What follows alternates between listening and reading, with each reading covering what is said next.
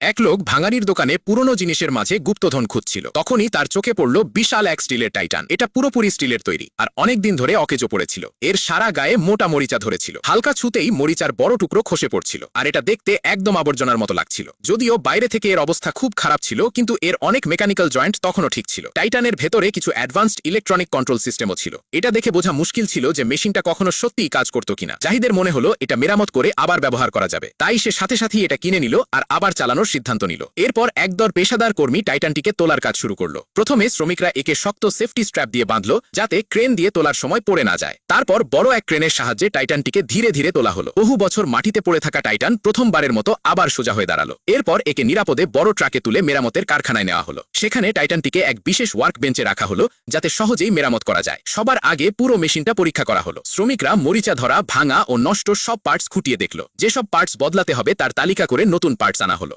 এরপর মরিচা দূর করার কাজ শুরু হলো। কর্মীরা হাই প্রেসার মেশিন আর বিশেষ সলভেন্ট দিয়ে টাইটানটিকে ভালোভাবে পরিষ্কার করলো। এতে অল্প সময়েই মরিচার মোটা স্তর সরে গিয়ে ভেতরের আসল স্টিল বেরিয়ে এলো। মেশিনটা ধোয়ার পর ভালোভাবে শুকানো হলো, যাতে আর্দ্রতায় আবার মরিচা না ধরে। এরপর মেশিনে পরিষ্কার না হওয়া জায়গাগুলো শ্রমিকরা হাত দিয়ে ঘষে চকচকে করলো। বেশি নষ্ট পার্টসগুলো খুলে নতুন পার্টস লাগানো হলো। টাইটানের হাতের বড় কামানটাও আলাদা করা হলো, যাতে ভেতরের মরিচা ধরা অংশগুলো ঠিকমতো পরীক্ষা ও মেরামত করা যায়। পরীক্ষায় জানা গেল এই স্টিল টাইটান আসলে পুরনো সিনেমা ও টিভি প্রোডাকশনে ব্যবহৃত একটি প্রপ ছিল।